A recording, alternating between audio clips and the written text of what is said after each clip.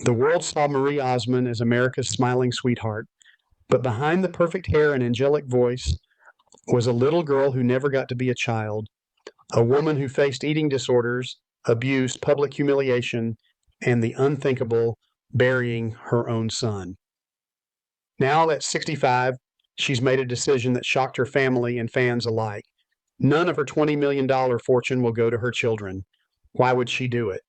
And how did the golden girl of the 70s survive a lifetime of heartbreak the world never saw? This is the untold story of Marie Osmond, the battles behind the spotlight, and the woman who refused to break. The spotlight found Marie Osmond before she even knew what a spotlight was. At just 3 years old, while other little girls clutched teddy bears in sunlit playgrounds, Marie stood under scorching studio lights, tiny hands gripping a microphone that already felt like a lifelong contract. Born in 1959, the only daughter among 9 Osmond siblings, she wasn't just part of a family. She was the center of a brand. Every sibling had an instrument to master, a skill to perfect, a performance to deliver, and Marie was no exception. Childhood joy wasn't an option. Her first major appearance came in 1962 on The Andy Williams Show. Most toddlers would forget a moment like that. Marie couldn't. It wasn't just a performance. It was the first page of a story where her life no longer belonged to her. Her parents, devout Mormons with dreams of legacy, demanded perfection. When she once asked to go outside and play, her mother's answer was chilling. No, you can't go. You have work to do. By 11, the entertainment machine had already swallowed her whole. Sent to Japan for a commercial shoot, she should have been thrilled. Instead, the trip turned into a nightmare. The boat she traveled on capsized, leaving her stranded in shark-infested waters. Hours later, blistered with sunburn and dehydrated, she was rescued. But there was no rest, no healing. Within days, she was forced back into the recording studio, told to smile and sing through the pain. I was covered in burns, she later recalled, and still I was told to smile. That's tragic. That's cruel. In her memoir, Behind the Smile, Marie revealed the true cost of her early fame: confusion, isolation, and a hollow emptiness masked by the perfect grin America adored. Even then, she didn't break. That steel inside her, hardened by relentless pressure, would one day carry her through heartbreaks, public scrutiny, and the unimaginable grief no mother should ever face. From the beginning, Marie Osmond wasn't just trained to perform, she was conditioned to survive. Just when Marie thought she'd survived the worst of her childhood, fame came knocking again. At 15, she became the shining face of the Donny and Marie show, a primetime hit that catapulted her into America's living rooms every week. To the audience, she was radiant, smiling, effortless, glowing with innocence. But behind the scenes, the role came with a cruel demand: fit the image or disappear. Standing beside icons like Jaclyn Smith, Farrah Fawcett, and Raquel Welch, Marie felt like a child playing dress up. That insecurity turned dangerous when studio executives gave her an ultimatum: lose 10 pounds or risk cancellation. At the time, Marie weighed only 103 pounds. The demand was brutal, but she obeyed. She starved herself down to 93, surviving on a punishing mixture of lemon juice, cayenne pepper, and maple syrup, a Hollywood fad never meant for a teenage girl. Fasting for days before each taping, she squeezed into costumes that felt less like fashion and more like a prison. It spiraled. By her early 20s, Marie was battling both anorexia and bulimia. In a 2018 interview, she admitted, "At 103 pounds, I didn't want to eat. I didn't want to feel. It was the only way I could take back control." But the wounds went deeper. In 2019, she revealed on The Talk that she'd been physically abused as a child, an unspoken trauma that had silently fueled her obsession with control, perfection, and being palatable enough for the world to accept. Her worth had been measured in applause and dress sizes for as long as she could remember, and though the cameras caught only the glittering gowns and bright smiles, every ovation came at the cost of another piece of her spirit. Marie kept performing. She stayed for her fans, for her family, maybe even for the little girl who'd never been allowed to just be a child. But the truth was unavoidable. She wasn't thriving. She was enduring. Marie Osmond sang about love long before she truly understood it. And when it finally came into her life, it never stayed for long. In the late 1970s, as America's sweetheart lit up TV screens, she was quietly navigating her first romances. There was Michael McDonald of the Doobie Brothers, gentle, soulful, a safe harbor in the chaos. Their bond never bloomed into more, but his presence left an imprint. Then came Andy Gibb, Pop's golden boy, adorable, kind, but burdened by addiction and the crushing demands of fame. Their romance was sweet, fleeting, an unfinished song that ended too soon. Next, David Cassidy. On paper, they were perfect, both beautiful, beloved, and adored by millions. But the whirlwind pace of their lives spun them apart. Marie would later describe it as trying to hold on to a dream while everything else was falling away. In 1982, seeking something stable, Marie married former basketball player Steve Craig. At just 22, she believed she'd found an anchor. They had a son, and for a while, life felt steady. But 3 years later, the marriage crumbled. Its failure played out under public scrutiny. I felt like I had failed, not just as a wife, but as a mother, she admitted. A year later, in 1986, Marie married Brian Blossil, and over 2 decades, they raised a blended family of 8 children. From the outside, it looked like she'd found the family life she always wanted. But behind closed doors, cracks formed. There was love, but also distance, moments of joy, but also a quiet exhaustion. I was tired of pretending everything was okay. It wasn't, she later said. In 2007, after 21 years of marriage, Marie filed for divorce.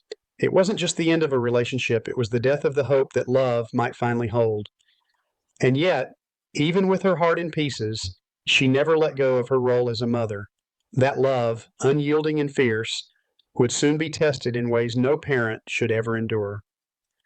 By 1999, Marie Osmond's public image was still glowing, but behind the scenes, the light was fading. After giving birth to her 7th child, Matthew, she slipped into a darkness she couldn't name, postpartum depression. What others dismissed as baby blues became a crippling storm. I couldn't function, my body ached, my arms wouldn't move, my thoughts terrified me, she told TV Guide. One day the weight became unbearable.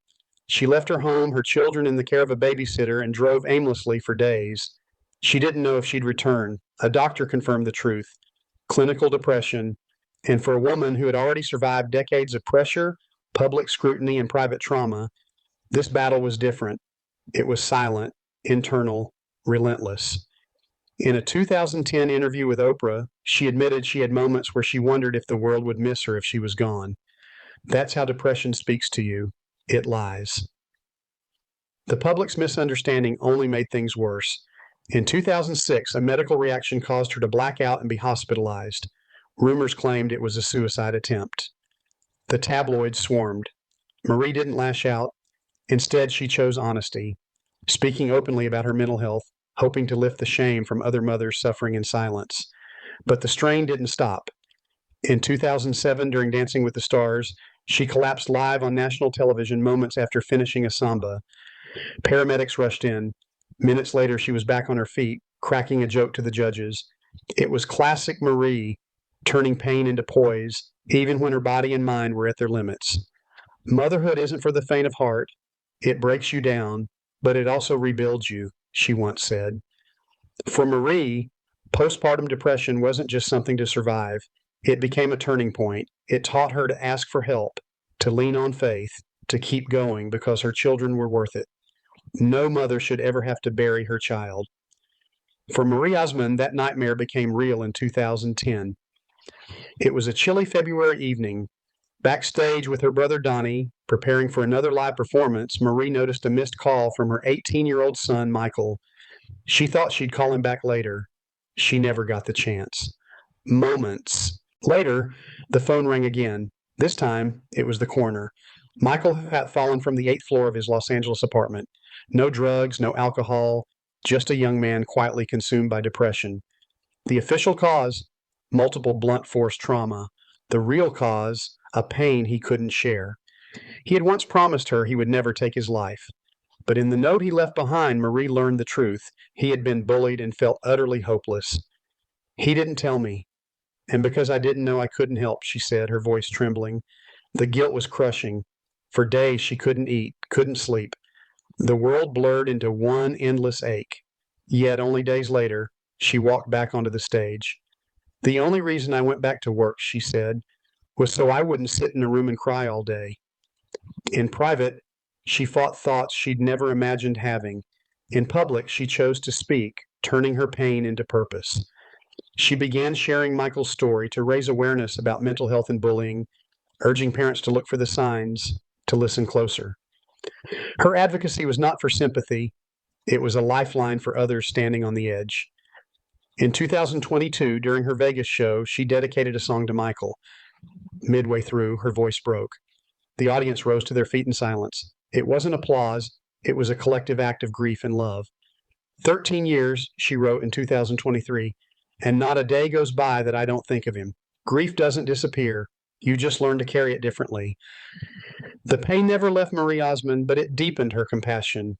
It gave her voice a new weight, one born not from fame, but from survival. After Michael's death, Marie might have hoped life would grant her space to heal. Instead, it delivered wave after wave of loss. In 2004, she said goodbye to her mother, Olive, the woman who had been her anchor through every storm. She was my compass, Marie later said, her voice heavy with gratitude and ache.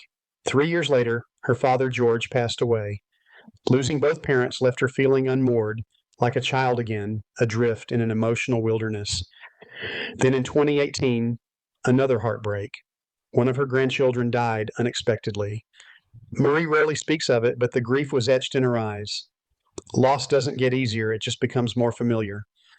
In 2022, tragedy struck again, this time through her daughter Jessica. Jessica's husband Chris was killed in an act of street violence. Watching her own child endure the same crushing grief she had once known was almost unbearable. Around the same time, her older brother Verl suffered a severe stroke. Verl, one of the original Osmond brothers, had been a pillar in her life, a reminder of the family's musical roots. His decline was another reminder of life's fragility.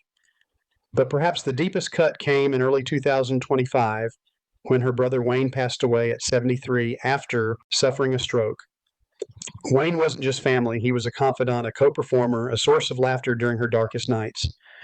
On social media, she called it another giant hole in my heart. Fans grieved alongside her, knowing this loss marked not just the passing of a brother, but the slow fading of an era. Through it all, Marie kept showing up. She balanced her public commitments with private mourning, refusing to let grief define her completely. We all carry something, as she said in 2023. The heart breaks, it bleeds, but it also holds space for healing. And so she stayed in the spotlight, not for vanity, but for survival, for connection, for the family still standing. By 65, many celebrities retreat from the spotlight. Marie Osmond chose a different path, one built on peace, love, and purpose. In the quiet beauty of St. George, Utah, she's created a sanctuary, her 10,000 square foot desert mansion where she's lived since 1999, and isn't just a showpiece. It's a home layered with memories, each room holding pieces of her family, her history, her heart. There's a private pool, a tennis court, and a professional-grade recording studio, but Marie says the real treasure is in the sunsets that flood her windows, the laughter of grandchildren riding bikes in the driveway, and the stillness she never had in her youth. Being a grandma is the best role I've ever had, she smiles. Her health routine isn't about vanity, it's about energy, staying present, and in her words, still dancing when life plays its tune. And then came the love story no one saw coming. In 2011, she remarried Steve Craig, her first husband from 1982. After decades apart, 2 marriages behind her, and lives lived on separate roads, they found each other again. They married on May 4th, a date carrying double meaning, the birthdays of both her beloved mother Olive and her late son Michael. It was my way of including them, she explained, of making them part of our happiness. This second chapter with Steve isn't about grand gestures or proving anything to the world. It's about quiet companionship, shared history, and the peace that comes from having nothing left to prove. Then, another headline, one that stunned her fans. Marie announced she would not be leaving her estimated $20 million fortune to her children. If you hand them everything, they get lazy. I love my kids enough to let them work. It was a controversial stand, but one rooted in her values, faith, discipline, and the belief that purpose is earned, not inherited. Her children aren't without her support, but Marie sees this choice as giving them something more valuable than money, the strength to stand on their own. After decades in the public eye, Marie Osmond no longer performs to chase fame. She steps on stage because music is still the language of her soul. She speaks in interviews not for attention, but because her story might help someone else feel less alone. In the quiet of her Utah home, she still lights a candle for Michael, still sings his favorite songs, still folds his memory into every note she performs. I pray when I can't stand, she once confided. I cry when I must, but most days I just choose to love a little more. Marie Osmond has survived what could have broken her entirely: childhood stolen, body shamed, love lost, depression battled, a child buried, and grief layered over grief. And yet, each time she has risen. Her life is not a fairy tale, it's a testament that even in the face of unimaginable loss, love can endure. That when everything crumbles, you can still build something beautiful. That the greatest legacy is not a fortune, but the example you leave behind. And perhaps that is Marie's true gift, not just her voice, not her fame, but the way she lives. Quietly powerful, deeply human, unforgettably real. So we ask you, has Marie Osmond's journey touched your heart the way it's touched ours? Have you faced loss, found love again, or discovered peace later in life? Share your story in the comments. Your words may comfort someone who needs to hear them. If this tribute moved you, give it a like, share it, and subscribe. Together, we keep these stories and the love within them alive.